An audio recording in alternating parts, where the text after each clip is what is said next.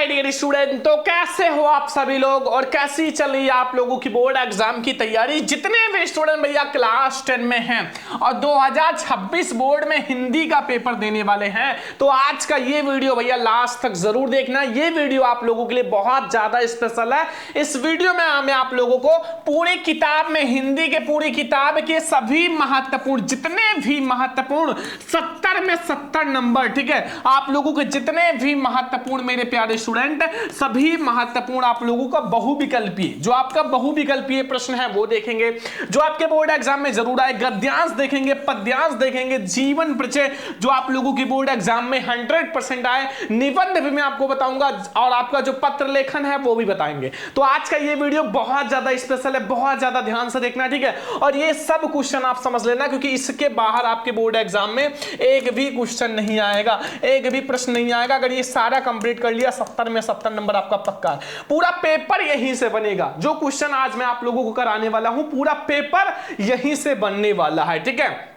और जितने भी स्टूडेंट 2026 बोर्ड में पेपर देंगे उसमें ये 100% आएगा। जो मैं आपको बहुविकल्पीय प्रश्न बताऊंगा, जो मैं आपको गद्यांश बताऊंगा, पद्यांश बताऊंगा, जीवन परिचय बताऊंगा, निबंध बताऊंगा, सब बोर्ड एग्जाम में वही आएगा जो मैं आपको बताने वाला हूं। ये बहुत ज्यादा स्पेशल क्लास है। आज की इस क्लास को बहुत ज्यादा ध्यान से देखना। इस वीडियो के लिए मैंने बहुत ज्यादा मेहनत किया है आप लोगों के लिए। 3 से 4 दिन तक बहुत अच्छे क्वेश्चंस लिए हैं जो बोर्ड एग्जाम में हर साल आता है, ठीक है। मैंने बहुत सारे गाइड, बहुत सारे previous paper, model paper, practice set, sample paper से लेकर मैंने आप लोगों के लिए बहुत इंपॉर्टेंट क्लास लाया है। तो आज की इस वीडियो को सभी स्टूडेंट लाइक करना। इस वीडियो का लाइक का टारगेट है 2000 लाइक का, तो सभी स्टूडेंट लाइक कर दो, शेयर कर दो, चैनल पे आप सब्सक्राइब भी करना। सबसे पहले हम लोग शुरुआत करेंगे भैया महत्वपूर्ण बहुविकल्पीय प्रश्न से जो आपके बोर्ड एग्जाम में 100% आए। फिर गद्यांश देखेंगे, पद्यांश देखेंगे, जीवन परिचय देखेंगे। तो चलो सबसे पहले हम लोग शुरुआत करते हैं महत्वपूर्ण गद्यांश, और सबसे पहले बहुविकल्पीय प्रश्न से, फिर गद्यांश, पद्यांश, ठीक है। तो चलो शुरू करते हैं बहुविकल्पीय प्रश्न से। स्टूडेंट हम लोग शुरुआत करते हैं सबसे पहले जो हमारा कक्षा 10 जो है वो हिंदी का ऑब्जेक्टिव यानी कि बहुविकल्पीय प्रश्न। और आपके पेपर में भैया ये जो ऑब्जेक्टिव क्वेश्चन है ये 100% आएगा, ठीक है। मैं आप लोगों को वही ऑब्जेक्टिव क्वेश्चन बता रहा हूं इस वीडियो में जो आपके पेपर में बिल्कुल सेम टू सेम आए, ठीक है। और ये मैं आप लोगों को सभी महत्वपूर्ण प्रश्न बताऊंगा। 70 में 70 नंबर आप लोगों का इस वीडियो में पक्का करा दूंगा, ठीक है। तो बहुत ध्यान से देखना, सभी स्टूडेंट लाइक करना। ऐसे ही मैं आप लोगों को हर सब्जेक्ट की क्लास देने वाला हूं, ठीक है। सबसे पहला प्रश्न आप लोग देखो, इसमें क्या पूछ रहा है कि शुक्ल युग की कलावधि है, शुक्ल युग की जो कलावधि। अब बहुत सारे स्टूडेंट कहेंगे सर कलावधि का मतलब क्या होता है। कलावधि का मतलब होता है, जैसे देखो ध्यान से समझो, किसी का जन्म हुआ 1998 में, मृत्यु हुआ 1950 में, तो इसके बीच में जो समय है ना वही कलावधि होता है, वही समय सीमा होता है। अब इसमें आपको ये बताना है कि शुक्ल युग कब से शुरू हुआ और कब तक रहा, ठीक है। ऑप्शन नंबर क्या है, 1850 से 1900 तक, या 1900 से 1920 तक, या 1919 से 1938, या 1938 से 1947 तक। तो जल्दी बताओ शुक्ल युग कब से कब तक था। तो शुक्ल युग जो है वो 1938 तक था। कब तक था, 1919 से 1938 तक। ध्यान रखना ऑप्शन नंबर गा वाला हमारा बिल्कुल सही है, और ये हर साल छपता है भैया, हर साल पेपर में आता ही है, ठीक है। हजारी प्रसाद, दूसरा क्वेश्चन वेरी इंपॉर्टेंट है, ध्यान से समझना। हजारी प्रसाद द्विवेदी लेखक हैं। इन चारों में से हजारी प्रसाद द्विवेदी किसके लेखक हैं। ऑप्शन नंबर क्या है भैया, पानी के, प्रचीर के, या फिर हमारा खा है आपका बंटी के, या फिर हमारा गा है बूंद और समुद्र के, या फिर हमारा बाण भट्ट की आत्मकथा के। तो बहुत सारे स्टूडेंट को पता चल गया होगा आखिर जो हजारी प्रसाद द्विवेदी जी हैं इन चारों में से किसके लेखक हैं। तो वो है बाण भट्ट की आत्मकथा, अर्थात घा वाला ऑप्शन हमारा बिल्कुल सही है। अगर आपसे कोई पूछे कि बाण भट्ट की आत्मकथा के जो राइटर है, जो लेखक हैं, वो कौन है, हजारी प्रसाद द्विवेदी जी हैं। बहुत इंपॉर्टेंट क्वेश्चन है, नोट कर लो, ठीक है। पीडीएफ में आप लोगों को दे दूंगा। तीसरा क्वेश्चन मेरे प्यारे प्यारे स्टूडेंट, सारा क्वेश्चन बहुत ध्यान से समझना। अगर हिंदी के पेपर में धुआं धुआं उड़ाना है, बिल्कुल दिखा देना है, तो आप लोगों को बिल्कुल पेपर में एक भी क्वेश्चन छोड़कर नहीं आना है, 70 में 70 नंबर करके आना है। तो ये सारे क्वेश्चन आपको वैसे पढ़ना है जैसे ही आप लोगों का बोर्ड एग्जाम का पेपर समझो हम दे रहे हैं, ठीक है। तो बादल की मृत्यु किसकी रचना है, जल्दी बताओ, वेरी इंपॉर्टेंट है। जो बादल की मृत्यु है वो किसकी रचना है? बादल की मृत्यु जो है वो किसकी रचना है? उपेंद्र नाथ आशक का, या खा है राम कुमार वर्मा का, या जयशंकर प्रसाद का, या फिर भारतेंद्र हरिश्चंद्र का? जल्दी बताओ, बहुत सारे स्टूडेंट को पता होगा। अगर पता है तो अच्छी बात है, नहीं पता है तो पता चल जाएगा आज के बाद, भूलना मत। वो है राम कुमार वर्मा जी का। किसका है? राम कुमार वर्मा जी का है। कौन सा? बादल की मृत्यु जो है वो रचना। इसके जो लेखक हैं वो राम कुमार वर्मा जी हैं। ठीक है, अगला आ जाओ, कलम का सिपाही के लेखक हैं। कलम का सिपाही, जल्दी बताओ। कलम भैया हमारे लिए क्या है? जल्दी बताओ। एक स्टूडेंट के लिए कलम क्या है? कलम एक अमृत है। अमृत का मतलब कि अगर एक स्टूडेंट कलम का साथ ना छोड़े ना तो वो बहुत आगे निकल जाएगा। मतलब कलम जो है एक प्रकार की अमृत है, जैसे हमारे लिए ये अमृत है, ऐसे ही भैया कलम क्या अमृत है? तो अमृत राय। क्या हो गया? कलम का सिपाही किसका है? अमृत राय जी का। ठीक है, गुलाब राय नहीं है, वैद्यनाथ नहीं है, मुंशी ईसा अल्लाह खान नहीं है। कौन है भैया? अमृत राय जी हैं। ठीक है, बहुत इंपॉर्टेंट क्वेश्चन है ये, है क्वेश्चन नंबर 4। आई होप आपको समझ में आ गया होगा, तो आप लोग नोट कर लेना। फिर हम लोग क्वेश्चन नंबर 5 की ओर चलते हैं। अब हम लोग देखते हैं क्वेश्चन नंबर 5। मेरे प्यारे प्यारे स्टूडेंट, बहुत ज्यादा इंपॉर्टेंट है ये वाला क्वेश्चन, आप लोग बहुत ज्यादा ध्यान से देखो। इसमें क्या है? क्वेश्चन नंबर 5 में क्या है कि हिंदी साहित्य का प्रथम मौलिक उपन्यास किसे माना जाता है? अगर आपसे कोई पूछे कि हिंदी साहित्य का प्रथम मौलिक उपन्यास किसे माना जाता है, प्रथम मतलब होता है फर्स्ट, ठीक है, तो बताओ, चित्रलेखा को, या हृदय की प्रख को, परीक्षा गुरु को, या फिर अंतिम आकांक्षा? जल्दी बताओ कौन सा ऑप्शन सही है। तो हमारे प्यारे प्यारे रसगुल्लों को पता होगा कि हमारा जो प्रथम मौलिक उपन्यास है वो परीक्षा गुरु है। ठीक है, परीक्षा गुरु। याद रखना कि गुरु मतलब होता है सबसे पहला, मतलब गुरु मतलब होता है फर्स्ट, और फर्स्ट का मतलब होता है कि प्रथम मौलिक उपन्यास जो है वो परीक्षा गुरु है। ठीक है, अगला क्वेश्चन नंबर 6 है भैया, घनानंद किस काव्य शाखा के कवि हैं या किस काव्य धारा के कवि हैं? पद्य का है। वेरी इंपॉर्टेंट क्वेश्चन है। मैं आप लोगों को ये क्वेश्चन कह रहा हूं कि बहुत अच्छे से तैयार कर लेना कि घनानंद जी जो है किस काल शाखा के कवि हैं। ऑप्शन है रीतिवद्ध नहीं है, रीति सिद्ध भी नहीं है, रीति मुक्त काव्य धारा के कवि हैं। रीति मुक्त काव्य धारा आधुनिक काल का भी नहीं है। आई होप कि आपको 6 में 6 नंबर समझ में आ गया होगा। अगर बोर्ड एग्जाम में आए तो आप लोग पेपर को ऐसा करोगे ना कि लगेगा कि हम पेपर को बिल्कुल फाड़ फोड़ के मतलब धुआं उड़ा दोगे, क्योंकि मैं आप लोगों को वही क्वेश्चन बता रहा हूं जो बोर्ड एग्जाम के लिए स्पेशल है। तो आज आप लोग पूरा हिंदी खत्म कर लो। ठीक है, मैं आप लोगों को बहुत कुछ पढ़ाने वाला हूं। क्वेश्चन नंबर 7 देखो कि निम्न में से प्रयोगवाद की 2 प्रमुख विशेषता कौन सी है? अगर प्रयोगवाद की पूछे 2 प्रमुख विशेषता तो कौन कौन सी बताओगे? जल्दी बताओ कौन कौन सी है। इसमें से 2 बताना है, मतलब बोर्ड एग्जाम में आएगा तो 2 मतलब 2 आप काला मत करना, उसमें ऑप्शन रहेगा कि जैसे ऑप्शन ए बी दोनों, ए सी दोनों, ठीक है, तो इस टाइप से रहेगा। इसमें आप लोगों को बताना है कि 2 हमारे कौन से हैं। तो देखो सबसे पहला हमारा कौन सा है? सबसे पहला है घोर वैश्विकता। ये हमारा है किसका? प्रयोगवाद का। ठीक है, घोर वैश्विकता भी है, यथार्थवादी दृष्टिकोण भी है। यथार्थवादी दृष्टिकोण, तो ये और ये का और खा दोनों सही है। अगर हम देखें तो घोर वैश्विकता भी है, यथार्थवादी दृष्टिकोण भी है, और ये नहीं है और ये भी नहीं है। नारी के परिवर्तित दृष्टिकोण नहीं है, समाज में यथार्थवादी चित्रण ये भी नहीं है।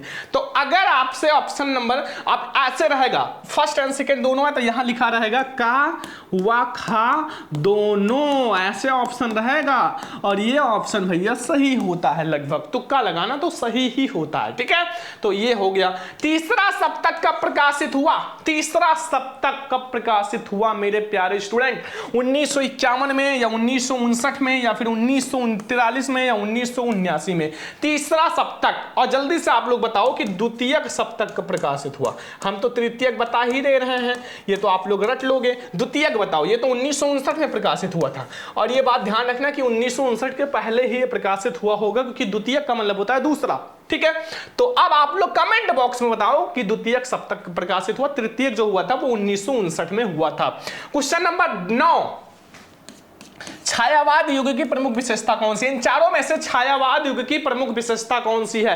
छायावाद की कुंठा एवं निराशा का स्वर नहीं, श्रृंगार और प्रेम की वेदना। बिल्कुल सही है, छायावाद में श्रृंगार और प्रेम की वेदना की बात की गई है, और नारी के प्रति दृष्टिकोण नहीं, रीति ये भी नहीं है। ठीक है, तो ऑप्शन नंबर हमारा खा वाला बिल्कुल सही है। यहां से 9 में 9 ऑब्जेक्टिव समझ में आएगा। 10 नंबर ऑब्जेक्टिव है, तार सप्तक कवियों को अज्ञेय ने क्या कहकर संबोधित किया था? जो तार सप्तक के कवि थे, मतलब जो तार सप्तक में कवि थे उनको अज्ञेय ने क्या कहकर संबोधित किया था? राहों के अन्वेषी, बिल्कुल सही, राहों के अन्वेषी कहा था। और नई धारा की साथी नहीं कहा था, पथ के साथी नहीं कहा था, साहित्य सहचर नहीं कहा था, क्या कहा था? वो कहा था राहों के अन्वेषी। ठीक है, बहुत अच्छा लगा होगा आप लोगों को ये 10 में 10 क्वेश्चन, और यहां से आपके बोर्ड एग्जाम में कम से कम 7 क्वेश्चन तो फंसेगा।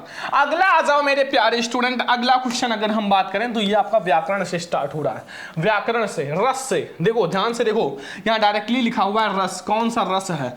अब आप लोग कहोगे सर रस क्या होता है? पढ़े होंगे रस छंद अलंकार। वैसे रस में आपको 2 ही रस पढ़ना है, एक तो आपका हास्य रस बोर्ड में और एक है करुण रस, 2 ही रस पढ़ना है और बहुत आसान है, मतलब बिल्कुल हलवा है। हास्य का मतलब होता है अगर हंसना आए, एग्जाम्पल पढ़ो, आपको हंसना आए तो हास्य रस, और अगर रोना आए, शोक आए, धोखा आए तो ये हमारा करुण रस होगा। जैसे देखो यानी कि नाना वाहन नाना विहसा विहसे शिव समाज निज देखा, कोहू मुख हीन विपुल मुख काहू बिनु पद कर कोहू बहु पाऊं। ठीक है, इसमें कौन सा रस है भैया? ये आपको बहुत आसान लगेगा। नाना वाहन नाना भेसा, मतलब एक ऐसा भेसा जिसको देख कर हंसी आ जाए। ठीक है, तो वो हमारा होगा करुण रस, नहीं होगा हास्य रस होगा। क्या होगा? हास्य रस होगा। भीतास रस भी नहीं, भीत रस, वीर रस भी नहीं होगा, इसमें हमारा हास्य रस है। और ये जो क्वेश्चन है हर साल पेपर में आता ही है, हर साल आता है। तो आपसे रिक्वेस्ट हम यही करेंगे कि ऐसा तैयार करो कि 2026 में आए ना तो बिल्कुल छाप देना, आएगा जरूर। ठीक है, आगे आ जाओ मेरे प्यारे स्टूडेंट। अगला क्वेश्चन अगला है कि 12 नंबर, पीपर पात सरिस मंडोला, इसमें कौन सा अलंकार है? पीपर पात सरिस मंडोला, इसमें हमारा कौन सा अलंकार है? जल्दी बताओ। रूपक है? नहीं।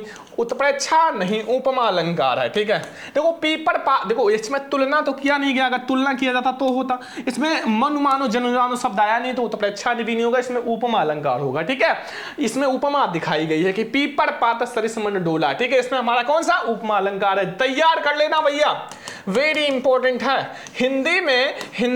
हिंदी ऐसा पढ़ो ना कि आपको आनंद आए।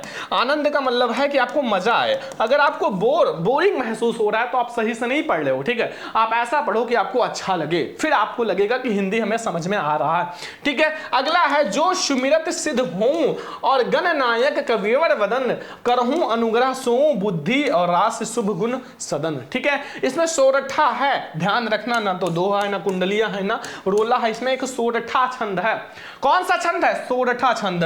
तो मैंने आपको रस भी एक समझा दिया जो इंपॉर्टेंट है, अलंकार भी समझा दिया जो बहुत ज्यादा इंपॉर्टेंट है, और एक आपको छंद भी समझा दिया, एक अंक का, मतलब 3 अंक तो आपका यही पक्का हो गया। आगे आ जाओ मेरे प्यारे स्टूडेंट, आगे है, यहां ध्यान से समझो 14 नंबर क्वेश्चन कि सुमन जल्दी नहीं उठते, प्रयुक्त में आपका वाक्य का भाववाच्य में बदलिए। जो सुमन है, सुमन वो जल्दी नहीं उठती, इसमें आपको वाक्य को भाववाच्य में बदलना है। सुमन जल्दी नहीं उठ पाती, नहीं। सुमन जल्दी से नहीं उठ पाती, नहीं। सुमन जल्दी से उठ नहीं पाती, देखो सुमन से जल्दी नहीं उठा जाता। देखो ये क्यों? क्योंकि यहां से शब्द आ गया। अब ये सुमन से, ठीक है, तो ये आपका हो गया भाववाच्य में परिवर्तित। ठीक है, ध्यान रखना। अगला है कर्तवाच्य में प्रधानता होती है। कर्तवाच्य में हमेशा याद रखना कि भैया जो सब्जेक्ट होता है कर्ता की प्रधानता होती है, क्रिया की नहीं, कर्म की नहीं, कर्ता की प्रधानता होती है। ठीक है, कर्ता की प्रधानता होती है, भाव का भी नहीं। ठीक है, तो यहां तक 15 में 15 क्वेश्चन आप लोगों को बिल्कुल समझ में आ गया होगा। अगर पेपर में आए तो बिल्कुल छाप दोगे ना, कोई दिक्कत कोई कंफ्यूजन नहीं होगा, बहुत ज्यादा स्पेशल क्वेश्चन है। तो यहां तक आप लोग तैयार करो, फिर हम लोग देखते हैं क्वेश्चन नंबर 16। तो अब हमारा क्वेश्चन नंबर 16 आपसे क्या पूछ रहा है, ध्यान से देखो। इसमें क्या पूछ रहा है कि पिताजी कल ही तीर्थ यात्रा पर गए।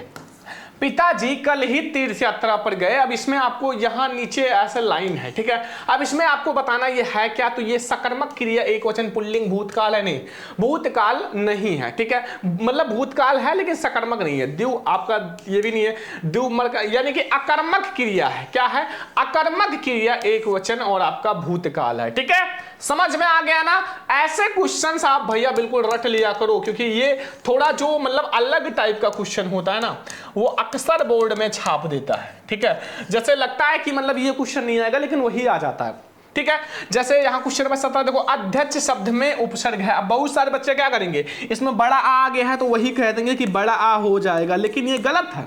बड़ा आ इसमें उपसर्ग नहीं होगा, इसमें उपसर्ग क्या होगा, इसमें होगा अभी या या अधि होगा। ध्यान रखना क्योंकि आधा धा लगा हुआ है, इसलिए अधि उपसर्ग हमारा बिल्कुल सही हो जाएगा क्वेश्चन नंबर 17 का। ठीक है, क्या हो जाएगा, अधि उपसर्ग हमारा सही है। ठीक है, अगला क्वेश्चन 18 नंबर, त्रिवेणी में कौन सा समास है, बताओ। त्रिवेणी में हमारा कौन सा समास है, त्रिवेणी में हमारा कौन सा, द्वंद्व है नहीं, कर्मधारय नहीं, अव्ययी भाव नहीं, हमारा दीर्घ समास है। क्या है, त्रिवेणी में हमारा दीर्घ समास है, बात ध्यान रखना। ठीक है, अब 19 नंबर ऑब्जेक्टिव है, सतदल उत्पल वरीज में कौन से पर्यायवाची, ये किसका पर्यायवाची है, कपड़ा का नहीं, कमल का, हाँ कमल का है, गुलाब का भी नहीं है, सूरजमुखी, तो कमल का पर्यायवाची है सतदल उत्पल वरीज, ध्यान रखना। ठीक है, last objective 20 number, 20 number objective, त्वम शब्द में विभक्ति और वचन है। त्वम शब्द में विभक्ति और वचन क्या है, जल्दी से बताओ। त्वम शब्द में विभक्ति और वचन, तो द्वितीय विभक्ति बहुवचन है। क्या है, द्वितीय विभक्ति बहुवचन, ध्यान रखना। ऑप्शन नंबर का हमारा बिल्कुल सही है, द्वितीय विभक्ति बहुवचन। यहां तक हम लोगों ने देख लिया 20 में 20 बहुविकल्पीय प्रश्न, 20 में 20 ऑब्जेक्टिव क्वेश्चन। ठीक है, ये आपके बोर्ड पेपर में 100% आएगा। मान लो आपका 2-3 क्वेश्चन बाहर से आ गया तो आपको नहीं याद है, तो बिना पढ़े आप उसको कैसे करोगे, कि हमें छोड़ के तो आना नहीं है, बिना पढ़े। तो सबसे पहले मैं आपको बता दूं कि बिना पढ़े भी आप ऑब्जेक्टिव पे तुक्का लगा सकते हो। नंबर फर्स्ट, जैसे आप लोगों का होता है ए व वी दोनों, अगर ऐसा ऑप्शन मिले तो उसको आप भैया सही मार दो, नहीं आता तो वो सही होता है लगभग। ठीक है, ध्यान रखना। दूसरा आप लोग ट्रिक लगा सकते हो, जैसे होता है मतलब इसमें आप लोगों का होता है इनमें से सभी, तो वो ना लगाना, इनमें से सभी, तो इसमें भैया सभी वाला सही हो ही नहीं सकता। तो आप इसमें आप क्या लगाओगे, इसमें देखो लगभग आपका इसमें सी वाला ऑप्शन सही होता है, ध्यान रखना, सी वाला ऑप्शन इसमें लगभग सही होता है। और तीसरा अलग आपको कुछ अलग टाइप का ऑप्शन मिले, अलग टाइप का, तो वो भी लगभग सही होता है, ये बात ध्यान रखना। और लास्ट में अगर ये सब ना दिखाई दे तो आता है तुक्का। अब आप तुक्का कैसे लगाओगे, तुक्का के लिए आप भैया अगर हिंदी की बात करें तो इसमें आप क्या चूज करोगे, देखो अगर हम इसमें देखें तो हमारा लगभग ए और सी वाला ऑप्शन सही होता है, ए व सी। ठीक है, तो ये सब लगा सकते हो। ठीक है, लेकिन ये सब एक मतलब ऐसा है कि आपको नहीं आ रहा है तब लगाना, अगर आ रहा है तो आप बहुत अच्छे से करना। ठीक है, तो ये हमारे ऑब्जेक्टिव क्वेश्चन है, सभी स्टूडेंट ने नोट कर लिया होगा। आई होप 20 में 20 ऑब्जेक्टिव आप लोगों को समझ में भी आ गया होगा, और अगर पेपर में आए तो 100% करके आओगे। ठीक है, तो अब हम लोग देखते हैं जो हमारे गद्यांश पद्यांश है बोर्ड एग्जाम में 100% जो आएगा वही गद्यांश पद्यांश देखेंगे। तो चलो हम लोग देखते हैं। तो अब हम लोग देखते हैं गद्यांश, जो कि बोर्ड एग्जाम के लिए सबसे ज्यादा इंपॉर्टेंट गद्यांश है। ये वाला गद्यांश मतलब हर साल पेपर में आता है। अगर आपने ये वाला तैयार कर लिया तो आई होप कि आपका 6 नंबर जो गद्यांश का है वो बिल्कुल पक्का हो जाएगा। ये गद्यांश जो बहुत ज्यादा महत्वपूर्ण है, वेरी इंपॉर्टेंट है। मैंने देखा है ऐसा कोई पेपर का कोड नहीं है जिसमें ये ना आया हो, तो बहुत ध्यान से समझना क्योंकि इसको हमें करके आना है बोर्ड पेपर में। देखो इसमें क्या लिखा हुआ है कि कुसंग का ज्वर सबसे भयानक होता है, यह केवल नीति और सद्बुद्धि का ही नाश नहीं करता बल्कि बुद्धि का भी क्षय करता है। किसी युवा पुरुष की संगत यदि बुरी होगी तो वह उसके पैरों में बधी चक्की के समान होगी, और यदि अच्छी होगी तो सहारा देने वाले बाहु के समान होगी। ठीक है, बाहु के समान होगी जो उसे निरंतर उन्नति की ओर उठाती जाएगी। ठीक है, इसमें आप देखो पूरा अंडरलाइन है। ठीक है, कहीं कहीं पूरा अंडरलाइन होता है, कहीं कहीं आपका आधा अंडरलाइन होता है। ठीक है, तो इसमें 3 क्वेश्चन है। पहला, प्रस्तुत गद्यांश का पाठ और लेखक का नाम लिखो, 2 नंबर मिल जाएगा। रेखांकित अंश की व्याख्या करो, 2 नंबर मिल जाएगा। युवा पुरुष के संगत के बारे में आपका जो लेखक ने क्या कहा है, 2 नंबर। ठीक है, तो हम लोग इन तीनों क्वेश्चन का बहुत अच्छे से आंसर देंगे। ये आपका बहुत इंपॉर्टेंट गद्यांश है, पहले नोट कर लो फिर हम आप लोगों को बताते हैं। तो माय डियर स्टूडेंट, सबसे पहले देखो पहला प्रश्न, सबसे पहले हमें लिखना है संदर्भ। फिर देखो रेखांकित अंश की व्याख्या या प्रथम रेखांकित अंश की व्याख्या कुछ भी लिख सकते हो, कोई दिक्कत नहीं है। ठीक है, 3 ही क्वेश्चन आपसे पूछा है। तो देखो संदर्भ लिखने का एक ही आप मेथड याद रखना कि जो प्रस्तुत गद्यावतरण है आचार्य रामचंद्र शुक्ल द्वारा लिखित। अब इसमें जो भाई मतलब आपके लेखक होते हैं या कवि होते हैं ना, उनको हमेशा याद रखना कि आपको क्या करना है, उसको भैया हाईलाइट करना है। जैसे इसमें आचार्य रामचंद्र शुक्ल जी इसमें क्या है, कवि सॉरी लेखक हैं, तो इसको आपको हाईलाइट कर लेना है, ठीक है। हाईलाइट, द्वारा लिखित एवं हमारी पाठ्य पुस्तक हिंदी के गद्य खंड में संकलित। अब ये चीज मित्रता पाठ का नाम है, इसको हाईलाइट कर लो। मित्रता नामक पाठ से लिया गया है, 2 नंबर भैया पक्का हो चुका है। और हाँ, अगर आपको इतना नहीं याद है तो आप एक और लिख सकते हो, ऐसे डायरेक्टली आप हेडिंग डालो संदर्भ। मैं आपको इधर समझा देता हूं, बहुत सारे बच्चे इतना नहीं याद कर पाते हैं, तो आप डायरेक्टली डालो संदर्भ, जो आप संदर्भ हेडिंग डाल देना, फिर पाठ का नाम ऐसे डाल देना, पाठ का नाम और फिर लेखक का नाम, ऐसे भी लिख दोगे पूरा नंबर मिलेगा, क्योंकि भाई हमें पाठ और लेखक का नाम ही बताना है बस। तो पाठ का नाम आप मित्रता लिख दो और लेखक का नाम भैया आचार्य रामचंद्र शुक्ल, आपको फिर भी पूरा नंबर मिल जाएगा, चाहे आप इस टाइप से लिखो या फिर आप इस टाइप से लिखो, ठीक है। मैं आपका आसान से आसान कोशिश कर रहा हूं कि बच्चों को और अच्छे से समझ में आए, जितना आसान हो सके उतना आसान मैं आपको कराऊंगा, ठीक है। रेखांकित अंश के शुक्ल जी कहते हैं कि बुरी संगत जो होता है घातक बुखार के समान हानिकारक होता है। जो बुरी संगत होता है, जैसे एक लड़का है, अब वो अच्छा है, अगर उसकी संगत किसी बेकार यानी कि बुरी संगत वाले लड़के के साथ हो जाए ना, तो वो भी बुरा हो जाएगा, ठीक है। तो वही कहा है कि शुक्ल जी कहते हैं कि बुरी संगत यानी कि घातक बुखार के समान हानिकारक होती है। जिस तरह कोई व्यक्ति यदि भयानक ज्वर से ग्रसित हो जाता है, कोई व्यक्ति है जो इंसान है, अगर वो भयानक ज्वर का मतलब होता है बुखार, अगर उससे ग्रसित हो जाता है, मतलब उसको भयानक बुखार हो जाता है, ग्रसित हो जाता है, तो वह उसके शरीर और स्वास्थ्य को नष्ट कर देता है। तो वो जो बुखार है उसके शरीर को भी नष्ट कर देगा, उसका स्वास्थ्य को भी नष्ट कर देगा, मतलब दुबला पतला सा बना देगा, उसके अंदर ना एनर्जी रहेगा, काम करने का कुछ भी नहीं रहेगा, और कभी कभी प्राण भी ले लेता है। उसी प्रकार बुरी संगत जो होता है हमारी नैतिकता को, सदाचार को, मन बुद्धि को, सबको नष्ट कर देता है, सबको नष्ट कर देता है, ठीक है। यही बात ध्यान रखना, बस इतना आपको बताना है। रेखांकित अंश की व्याख्या में सा वाला है कि युवा पुरुष की संगति यदि आपका बुरी होगी तो वह अवनत के गड्ढे में दिन प्रतिदिन गिराती जाएगी, और यदि अच्छी होगी तो वह उसे सहारा देने वाले बाहु के समान होगी। सहारा देने वाले बाहु का समान है कि आप कोई भी काम करोगे तो आपका हेल्प करेगा, सहारा देगा। जैसे आप अगर पढ़ाई कर रहे हो तो आपका पढ़ाई में हेल्प करेगा, आपको आगे ले जाने की कोशिश करेगा ताकि आप आगे जाओ, बढ़ो, ठीक है। और जो बुरी संगत वाला होता है वो आपके पूरा मन बुद्धि को ही नष्ट कर देगा, पढ़ाई का नाम तो हटाओ और बुरी बुरी चीजों को भर देगा, ठीक है। तो ये 3 क्वेश्चन है, 2 नंबर आपका इसका मिल जाएगा, 2 ही नंबर आपको इसका मिल जाएगा, 2 ही नंबर इसका मिल जाएगा, टोटल 6 नंबर मिल जाएंगे। काफी आसान है, अगर आपको कोई सा भी गद्यांश करना है इसी टाइप से करना, ठीक है।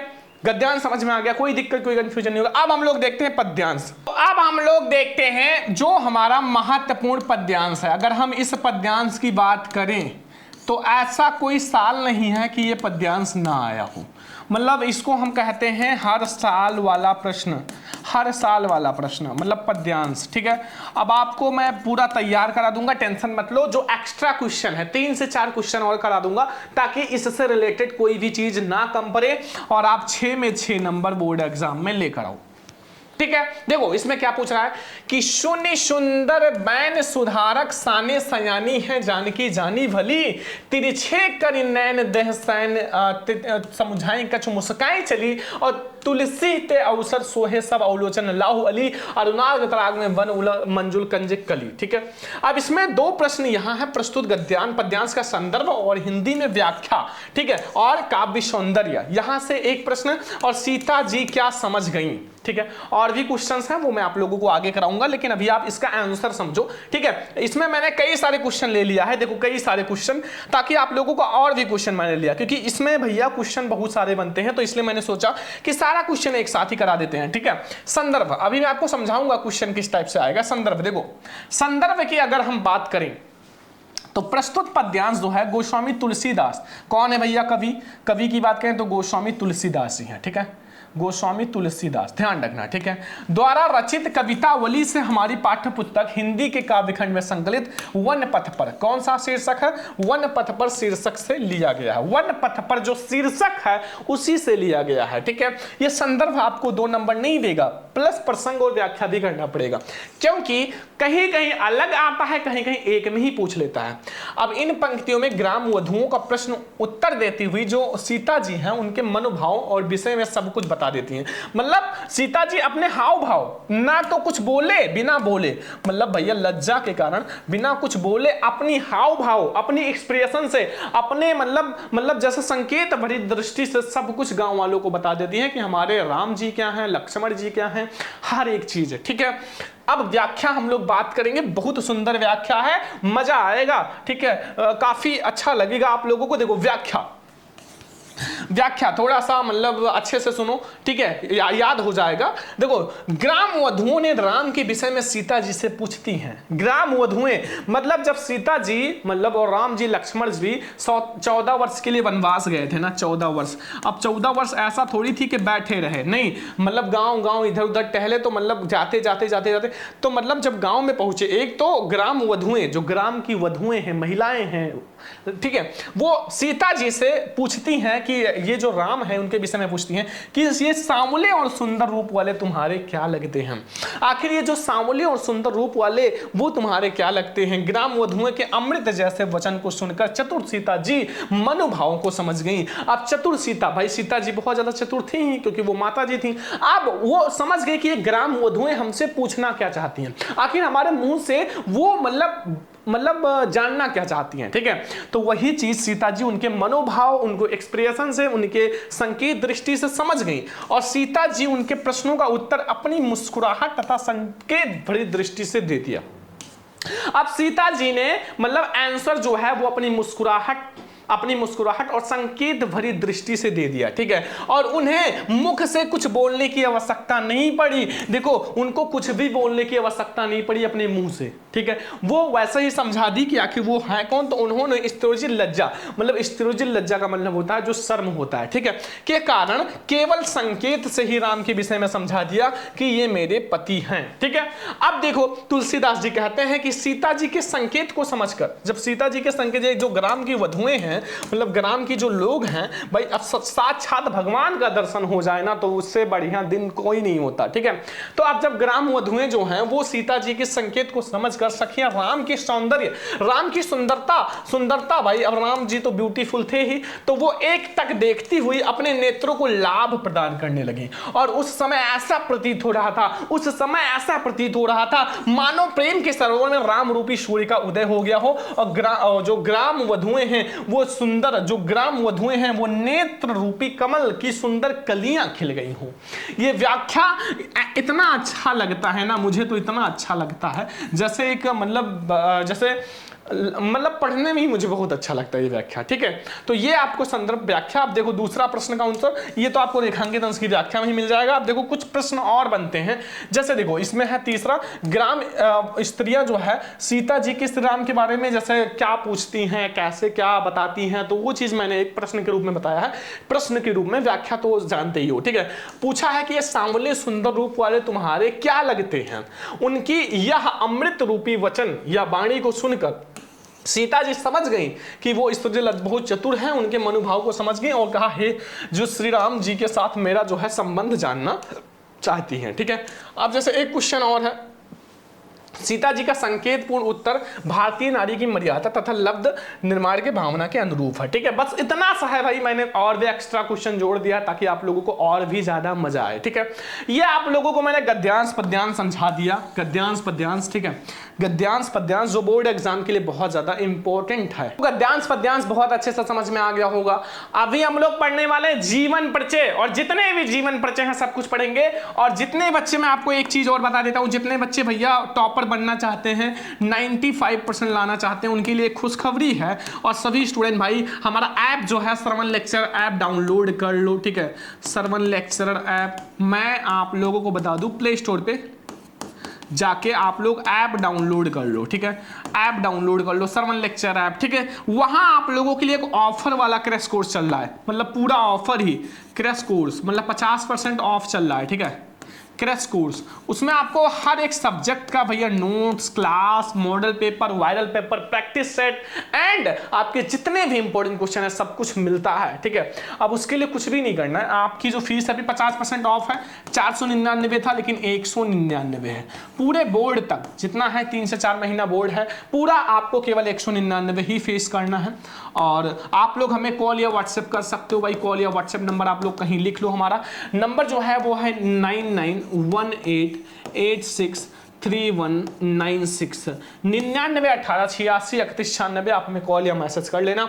ठीक है, तो चलो अब हम लोग देखते हैं जो हमारा इंपॉर्टेंट भैया जीवन परिचय है। सबसे पहले मैं आपको 5 इंपॉर्टेंट जीवन परिचय बताऊंगा, फिर मैं आप लोगों को एक एक करके पढ़ाऊंगा। ठीक है, तो चलो मैं आप लोगों को दिखाता हूं। प्यारे स्टूडेंट, अब मैं आप लोगों को बताता हूं कक्षा 10 जो हमारा हिंदी है उसके जो आप लोगों का महत्वपूर्ण जीवन परिचय। अगर आपने ये पांच महत्वपूर्ण जीवन परिचय पढ़ लिया ना, यही जो मैं आपको 5 महत्वपूर्ण जीवन परिचय बताने वाला हूं, तो 10 नंबर आपका पक्का हो जाएगा। 10 नंबर आपका भैया पक्का है। ठीक है, और मैं आप लोगों को यह भी बताऊंगा आखिर टॉपर कैसे लिखते हैं बोर्ड एग्जाम में, तो बहुत ध्यान से देखना, आपको एक भी नंबर बोर्ड एग्जाम में छोड़कर नहीं आना है। हमें भैया रैंक फर्स्ट लाना है, रैंक फर्स्ट लाना है, तो आप लोग जम के मेहनत करो, रैंक फर्स्ट लाने के लिए खूब मेहनत करो। ठीक है, देखो मैं आपको 5 ऐसे जीवन परिचय बता रहा हूं जो बोर्ड एग्जाम में 100% आएगा। 5 महत्वपूर्ण जीवन परिचय। ठीक है, और मैं आपको एक एक समझाऊंगा भी, ताकि आप लोग बोर्ड एग्जाम में वैसे लिख देना और आपको पूरा नंबर मिलेगा। तो अगर हम देखें, तो अगर हम लेखक और कवि, ठीक है, तो सबसे पहले हम लोग लेखक का देखते हैं। सबसे पहला जीवन परिचय तैयार कर लेना आचार्य रामचंद्र शुक्ल जी का। ठीक है, वेरी इंपॉर्टेंट जीवन परिचय है, बोर्ड एग्जाम में बिल्कुल 100% छपेगा। ठीक है, ये आपका बहुत इंपॉर्टेंट है। साथ में रचना भी तैयार कर लेना। तो आचार्य रामचंद्र शुक्ल जी का बहुत इंपॉर्टेंट जीवन परिचय है। फिर जयशंकर प्रसाद, ये दोनों आपका लेखक का है, बिल्कुल 100% आएगा। मैं ज्यादा नहीं बता रहा हूं, बस 2 लेखक का आपको तैयार कर लेना है, एक तो आपको आचार्य रामचंद्र शुक्ल, एक जयशंकर प्रसाद। अगर आपने 2 तैयार कर लिया तो आपका बिल्कुल पक्का है। ठीक है, एक और भी तैयार कर सकते हो, लेकिन मैं आप लोगों को यही कहूंगा कि इसके बाहर नहीं आता, यही आता है। ठीक है, फिर आप लोगों को तैयार करना है सूरदास कवि का, बहुत इंपॉर्टेंट है, ये बहुत ज्यादा इंपॉर्टेंट है। मैं आपको अभी एक एक पढ़ा भी दूंगा, टेंशन मत लो। तो ये वेरी इंपॉर्टेंट है सूरदास जी का। फिर तुलसीदास जी का तैयार कर लेना, फिर महादेवी वर्मा का। अगर आपने ये 3 कवि का तैयार कर लिया, 2 लेखक का, तो 5 नंबर लेखक का, 5 नंबर कवि का, 10 नंबर भैया, 10 नंबर आपका पक्का है। और ये जो जीवन परिचय हर साल पेपर में आता है, आप 10 साल पहले का पेपर उठा के देख लो, आपको यही जीवन परिचय देखने को मिलेगा। ठीक है, तो आप लोग 5 ही तैयार करना, एक आचार्य रामचंद्र शुक्ल, जयशंकर प्रसाद, सूरदास, तुलसीदास, महादेवी वर्मा। ठीक है, ये 5 आपको तैयार कर लेना है, और बोर्ड पेपर में इससे बाहर नहीं आएगा। 2026 बोर्ड में यहीं से पूरा पेपर में जीवन परिचय छपेगा, चाहे आप कवि का हो या लेखक का हो, आपको यही तैयार कर लेना। ठीक है, अब मैं आपको सबसे पहले मैं आपको बताऊंगा कि लेखक का कैसे बोर्ड एग्जाम में जीवन परिचय लिखोगे, कवि का कैसे लिखोगे, वो बहुत ज्यादा इंपॉर्टेंट होगा, ताकि आप लोग वैसे बोर्ड एग्जाम में लिख देना और आपको पूरा नंबर मिलेगा। ठीक है, तो चलो मैं आपको सबसे पहले लेखक का बताता हूं, फिर कवि का, और जो मैं आपको बताऊंगा वो बिल्कुल 100% पेपर में आएगा, मतलब ये छपेगा। ठीक है, तो आपसे रिक्वेस्ट है कि नोट कर लेना, कॉपी पेन लेकर बैठना, लिख लेना। ठीक है, तो चलो मैं आप लोगों को बताता हूं। सबसे पहले मैं आपको सबसे ज्यादा इंपॉर्टेंट लेखक का जीवन परिचय बताता हूं, और ये जो है भैया जयशंकर प्रसाद जी का जीवन परिचय, बिल्कुल 100% जो है मैं आपको बता दूं, बिल्कुल 100% छपा है, मतलब पेपर में छपेगा, और जाके देख लेना छपा हुआ है दूसरे नंबर पे। आप ये भी मैं आपको बता देता हूं, जाके देख लेना। ठीक है, तो ये जीवन परिचय आपको पढ़ लेना है, और जैसे लिखना है वैसे मैं आपको बताऊंगा कि आपको जीवन परिचय कैसे लिखना है, रचना कैसे लिखना है। ठीक है, और ये 5 नंबर पक्का है, 5 नंबर आप लोगों का ये वाला तो पक्का है। ठीक है, अभी आप लोगों का कवि का भी पक्का हो जाएगा, मतलब अब आपको टेंशन नहीं लेना है। मैं ऐसे करके सब कुछ पढ़ाने वाला हूं, मैं आपको रैंक फर्स्ट दिलाऊंगा। ठीक है, रैंक फर्स्ट। तो आप लोग बस चैनल को सब्सक्राइब करके वीडियो को लाइक कर दो, हर फ्रेंड्स के साथ शेयर कर दो। देखो सबसे पहले अगर हम बात करें, मैंने अपनी भाषा में लिखा है, ना किताब की भाषा ना गाइड की भाषा। ठीक है, अपनी भाषा में, सरल लैंग्वेज में। अगर हम देखें तो जयशंकर प्रसाद जी का जन्म जो है काशी में सुंघनी में सन 1889 में हुआ था। कब हुआ था? 1889 में हुआ था, सुंघनी में हुआ था सन 1889 में। ठीक है, समझ में आ गया, नोट कर लो इतना। फिर इनके पिता का नाम क्या था? देवी प्रसाद, जो कि साहू नाम से प्रचलित वैश्य परिवार था। मतलब इनका जो फैमिली था वो एक वैश्य परिवार था, ठीक है, वैश्य परिवार था। ओके, समझ में आ गया। और भी आप तरीके से लिख सकते हो, डायरेक्टली आप इतना ही लिख सकते हो कि भैया जयशंकर प्रसाद जी का जन्म 1889 में हुआ था और इनके पिता का नाम देवी प्रसाद था, इतना भी लिख सकते हो, ठीक है। अपनी भाषा में बहुत सरल लैंग्वेज में भी लिख सकते हो, मैं इतना भी बता रहा हूं कि आप शॉर्ट में भी लिख सकते हो। इनके परिवार का जो मुख्य व्यापार था वो तंबाकू का था। क्या था? तंबाकू का था। मतलब अगर हम इनके परिवार का मुख्य व्यापार देखें तो तंबाकू का था। हर एक फैमिली का एक एक व्यापार होता है। जैसे किसी के पापा टीचर होते हैं, किसी के पापा भैया फार्मर होते हैं, ठीक है, किसी के पापा कुछ भी करते हैं, ठीक है, बिजनेस करते हैं। और इनके युवा अवस्था में इनके पिता का स्वर्गवास हो गया। आज सभी स्टूडेंट कमेंट बॉक्स में बताओ कि आपके पापा कौन सा काम करते हैं। सभी स्टूडेंट कमेंट करना, ठीक है, आपके पापा कौन सा काम करते हैं। किसके पापा डॉक्टर हैं, किसके पापा मास्टर हैं, किसके पापा भैया फार्मर हैं, ठीक है, किसके पापा बिजनेसमैन है। सभी स्टूडेंट कमेंट करना। जैसे जयशंकर प्रसाद जी के पापा क्या करते थे? तंबाकू का व्यापार करते थे। ऐसे आप लोग कमेंट करो, ठीक है। इनके युवा अवस्था में इनके पिता का स्वर्गवास हो गया। जब ये युवा अवस्था में थे तो इनके पिताजी का स्वर्गवास हो गया था। मतलब इनके पिताजी मतलब डेथ हो गया था, ठीक है। और उसके 4 वर्ष बाद मतलब टेंशन, जैसे भाई कोई चीज हो जाता ना तो उनकी मदर जी को, उनकी माता जी को टेंशन था, तो उनकी 4 वर्ष बाद ही इनके माता का भी देहावसान हो गया, मतलब स्वर्गवास हो गया। मतलब पिताजी के 4 वर्ष बाद इनके माता का भी देहांत हो गया। इसलिए प्रसाद जी का शिक्षा पालन पोषण इनके बड़े भाई शंभू रत्न जी ने किया। अब प्रसाद जी का जो शिक्षा है, पालन पोषण है, ये इनके बड़े भाई ने किया था। किसने? शंभू रत्न जी ने किया था। और प्रसाद जी ने हिंदी, उर्दू, फारसी, संस्कृत तथा अंग्रेजी का घर पर ही अध्ययन किया। मतलब स्थिति उतना अच्छी थी नहीं तो वो घर पर ही अध्ययन किया, स्वाध्याय किए, मतलब स्वयं अध्ययन किए, ठीक है। और इनके बड़े भाई शंभू रत्न की भी मृत्यु हो गई। कुछ दिन बाद इनके बड़े भाई शंभू रत्न की भी मृत्यु हो गई। पहले इनके पिताजी का स्वर्गवास हुआ, फिर उनके 4 वर्ष बाद इनके माताजी का स्वर्गवास हो गया, अब इनके बड़े भाई का भी स्वर्गवास हो गया। सोचो, इनकी फैमिली में नजर लग गया और सभी का स्वर्गवास हो गया। और इनके बड़े भाई की मृत्यु के कारण जो तंबाकू का व्यापार था वो क्या होगा? ठप हो गया। मतलब इनके बड़े भाई की जब मृत्यु हो गई तो इनका जो व्यापार था तंबाकू का वो खत्म हो गया, ठप हो गया, तथा इनका परिवार ऋणग्रस्त हो गया, तथा इनका जो परिवार है वो ऋणी हो गया। ऋणी का मतलब कर्जदार हो गया, क्योंकि अब कमाने वाला कोई नहीं था, व्यापार भी ठप हो गया, तो अब इनका परिवार क्या हो गया? ऋणग्रस्त हो गया, ऋणी हो गया, कर्जदार हो गया, ठीक है। ध्यान रखना। आगे आ जाओ, थोड़ा सा और समझते हैं। ऋण चुकाने के लिए इन्होंने अपनी पूरी पैतृक संपत्ति बेच दी। मतलब इस ऋण को चुकाने के लिए इन्होंने जो अपने मतलब पैतृक का मतलब जो पिताजी की संपत्ति थी वो बेच दी, क्योंकि ये ऐसा नहीं सोचते थे कि हम ऋणी होके मतलब हमारा देहावसान हो, मृत्यु हो, मतलब हम मतलब ऐसा ना रहे, ठीक है, कि किसी का ऋण है। प्रसाद जी अनेक विपरीत परिस्थितियों का सामना करना पड़ा। अब प्रसाद जी को बहुत सारी कठिनाइयों का सामना करना पड़ा। अगर हम देखें तो बहुत सारा कठिनाई, ठीक है। लास्ट में प्रसाद जी को भी क्षय रोग का शिकार हो गया। लास्ट में प्रसाद जी को भी क्षय रोग का शिकार हो गया। इससे इनका जो शरीर है बहुत ज्यादा दुर्बल हो गया, बिल्कुल कमजोर हो गया, ठीक है। और तथा रंज के कारण इनका शरीर बिल्कुल दुर्बल हो गया। और काशी में सन 1937 में इनका स्वर्गवास हो गया। भैया 1937 में इनका स्वर्गवास हो गया। 1889 में कहीं कहीं 90 भी लिखा रहता है। 48 वर्ष कुल जिंदा थे और 48 वर्ष में इतने बड़े बड़े काम कर गए ना, इतनी बड़ी बड़ी रचनाएं, नाटक, कहानी, बहुत सारी चीजें दिया, ठीक है। तो बहुत ही ज्यादा प्रसिद्ध थे। अब देखो, इतना आपको ऐसे जीवन परिचय लिखना है, इतना ही लिखना है जितना मैंने बताया इतना। और फिर रचनाएं कैसे लिखना है, सबसे बड़ी बात है रचनाएं। बच्चे रचनाओं में गलती कर देते हैं, आपको गलती नहीं करना है, जैसा मैं बता रहा हूं वैसे लिखना रचनाएं। अगर आपको ऐसे ना याद हो सर काव्य, उपन्यास, कहानी, नाटक, ये तो बहुत सही तरीका है, मतलब 100% फुल नंबर पाने का। अगर नहीं आता तो आप ऐसे भी लिख सकते हो कि आप रचनाएं हेडिंग डालो कॉपी में, रचनाएं, और आप फर्स्ट लिख दो, सेकंड लिख दो, थर्ड लिख दो, फोर्थ लिख दो, ऐसे 4 रचना लिख दो। लेकिन इसमें थोड़ा सा चांस होता है आधा नंबर कटने का, क्योंकि ये जो होता है ये तरीका सरल होता है। लेकिन अगर आप ऐसे लिखोगे, जैसे उनका काव्य जो था वो आंसू था, कामायनी था, झरना था, ठीक है, ऐसे लिखोगे कितना अच्छा लग रहा है। उपन्यास अगर देखा जाए तो इरावती था, तितली था। कहानी जो था आंधी था, इंद्रजाल था और छाया था, ठीक है। और नाटक जो था वो चंद्रगुप्त, स्कंदगुप्त था। ऐसे लिखना मेरे दोस्त, आप लोग लिख लो, तैयार कर लो, मतलब अभी बहुत टाइम है, ऐसे लिख के रट लो, तैयार कर लो, माइंड में बैठा लो, फिर आप लिख देना ऐसा, ठीक है। तो ये है हमारा मेरे प्यारे स्टूडेंट किसका, मतलब अगर हम देखें तो लेखक का जीवन परिचय, और ये बिल्कुल 100% छपेगा। और अब आप लोगों को कोई टेंशन नहीं लेना है, ये ऐसे ही लिखना है, मतलब जीवन परिचय आप ऐसे लिखना और रचना मैंने बता दिया, वो भी ऐसे ही लिखना। अगर आप ऐसे लिखोगे तो भैया इनका तो 5 में 5 नंबर पक्का हो जाएगा, मतलब लेखक का 5 में 5 नंबर पक्का हो जाएगा। अब बहुत सारे स्टूडेंट कहेंगे सर कवि का भी बता दो ताकि वो भी 5 नंबर पक्का हो जाए, तो आप कहो और हम ना सुने, ये गलत बात है। तो अब मैं आपको बताऊंगा कि कवि का जीवन परिचय और रचनाएं कैसे लिखना है।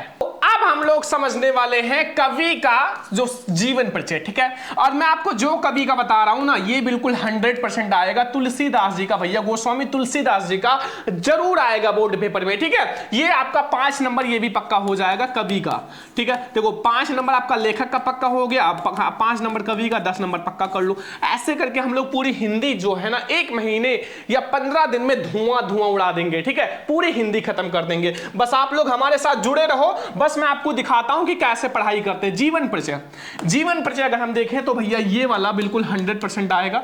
अब आपको तैयार कर लेना है, कैसे लिखना है, रचनाएं कैसे लिखनी है, सब कुछ बता रहे हैं, टेंशन मत लो। तो जीवन परिचय सबसे पहले, गोस्वामी तुलसीदास जी का जन्म 1532 संवत 1589। अगर ईस्वी पूछा जाए तो 1532, अगर संवत पूछा जाए तो 1589, ठीक है। को बांदा जिले के राजापुर गांव में माना जाता है, बांदा जिले के राजापुर गांव में, ठीक है। कुछ विद्वान इनका जन्म एटा जिले के सोरू नामक स्थान को मानते हैं। अगर हम ऐसे कुछ विद्वान की बात करें तो वो कुछ विद्वान जो है इसको क्या मानते हैं, एटा जिले के सोरू नामक स्थान को मानते हैं भैया, जो गोस्वामी तुलसीदास जी का जन्म, ठीक है, मानते हैं। जैसे क्या था ना कि मतभेद होता है कि आखिर मतलब इनके मम्मी पापा का पता नहीं था तो इनका जन्म हुआ तो हुआ कहां, ठीक है। ऐसे मतभेद था, क्योंकि कवियों में मतभेद होता है, बिल्कुल स्पष्ट नहीं होता। लेखक का तो स्पष्ट होता है लेकिन कवि का स्पष्ट नहीं होता। इनके पिता का नाम जो था आत्माराम दुबे और माता का नाम हुलसी था। इनके पिता का नाम क्या था, आत्माराम दुबे, तथा माता का नाम हुलसी था, ठीक है। एंड इनका जन्म जो है अभुक्त मूल नक्षत्र में होने के कारण, मतलब खराब समय में अभुक्त मूल नक्षत्र में होने के कारण इनके माताजी पिताजी ने इन्हें बाल्यावस्था में ही त्याग दिया था। जब ये छोटे से थे ना, नन्हे मुन्ने से, तभी इनको इनके माता पिताजी ने इन्हें त्याग दिया था, ठीक है। ये तो बहुत गलत बात है, लेकिन अगर त्याग दिए थे तो इनका जो जिसका कोई नहीं होता ना उनका भगवान साथी होता है, कहते हैं नहीं जिसका कोई नहीं उनका गॉड है, ठीक है। तो देखो इनको क्या हुआ, इनको बचपन में अनेक कष्टों का सामना करना पड़ा, बहुत कष्टों का सामना करना पड़ा। और प्रसिद्ध संत नरिहर दास ने इनका ज्ञान भक्ति शिक्षा पालन पोषण सब किया था, ठीक है। कौन, संत नरिहर दास जी ने, ठीक है। और तुलसीदास जी को वेद वेदांग दर्शन इतिहास पुराण आदि में निपुण थे, मतलब ये सब इनको बहुत अच्छे से आता था। और इनका विवाह पंडित दीनबंधु पाठक पुत्री रत्नावली से हुआ। अब इनका विवाह भी भैया रत्नावली जी से हुआ था, जो कि काफी ज्यादा खतरनाक थी, ठीक है। अभी देखना क्या होता है आगे, मैं आपको बताऊंगा कहानी। और इन्होंने अपनी पत्नी से अत्यधिक प्रेम था, मतलब इनको भैया अपनी पत्नी से अत्यधिक प्रेम था, मतलब बहुत ज्यादा उनसे प्यार करते थे। लेकिन पत्नी की डांट के कारण तुलसीदास जी ने संसारिक मोह माया को विरक्त कर दिया। अब बहुत सारे स्टूडेंट कहेंगे सर डांटा क्यों, चलो मैं आपको बताता हूं। एक दिन क्या हुआ कि मतलब जैसे गोस्वामी तुलसीदास जी जो थे, ठीक है, वो कहीं थे।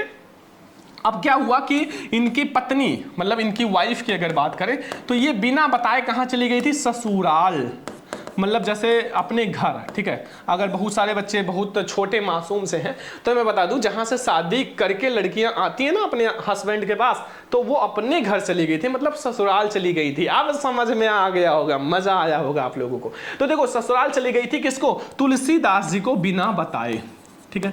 अब तुलसीदास जी क्या किए, तुलसीदास जी भैया मतलब देखे नहीं मिली पत्नी, तो फिर वो रात में आंधी पानी चल रहा था, उसी में भैया तुलसीदास जी अपने पत्नी के ससुराल मतलब अपने पत्नी के घर चले गए। अब वहां पहुंचे तो इनकी पत्नी ने इनको डांटा फटकारा कि क्या जरूरत था इतनी रात को आने का, आंधी पानी में आने का। तो इसी डांट फटकार के कारण तुलसीदास जी ने संसारिक मोहमाया को बिल्कुल से विरक्त कर दिया, मतलब त्याग दिया, संसारिक मोहमाया को त्याग दिया और श्री राम भक्ति भाव जागृत हो उठा। और 1574 में इन्हें सर्वश्रेष्ठ महाकाव्य रामचरितमानस की रचना की। रामचरितमानस बहुत बड़ा आपका क्या है, महाकाव्य है। और इनकी मृत्यु 1623 ईस्वी में लगभग 1623 में हुआ था। अब देखो इनकी रचनाओं में ये नहीं होता कि नाटक ये सब वो सब, आप डायरेक्टली रचना डालो और दोहावली कवितावली और रामचरितमानस आदि 3 रचना बहुत है, ठीक है, 3 रचना बहुत है। तो ये आपका बहुत ज्यादा इंपॉर्टेंट है, 5 नंबर आपका पक्का हो गया, 5 नंबर ये आप लोगों का पक्का हो गया। अगर आप लोगों ने ये दोनों तैयार कर लिया तो 10 नंबर पक्का है, ये 100% आएगा, ठीक है। और अगर जितने स्टूडेंट नए हैं ना, हर एक सब्जेक्ट का PDF, class notes, one shot class सब कुछ चाहिए, तो सभी स्टूडेंट क्या करो, क्रैश कोर्स ज्वाइन कर लो। आप कहोगे सर ये क्या है, मैं आपको अभी समझाता हूं। क्रैश कोर्स ज्वाइन कर लो। क्रैश कोर्स ज्वाइन करने के लिए कुछ नहीं करना है, क्रैश कोर्स ज्वाइन करने के लिए बस आपको छोटा सा काम करना है।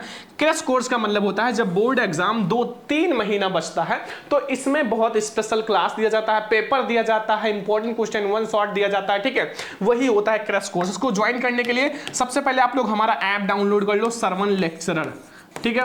ये ऐप का लिंक मैं डिस्क्रिप्शन में दे दूंगा, ठीक है, डिस्क्रिप्शन में दे दूंगा, सभी लोग जाके डाउनलोड कर लेना, ठीक है, सरवन लेक्चर ऐप, ठीक है। और इसकी फीस अभी भैया ऑफर है तो केवल और केवल कितना है, 199 रुपए पूरी फीस, बोर्ड एग्जाम तक केवल 199, ठीक है, बस केवल 199। आपको कोई दिक्कत होता है कॉल कर लेना, व्हाट्सएप कर लेना, ये हमारा नंबर है। नंबर सभी स्टूडेंट लिख लो कि 9918863196।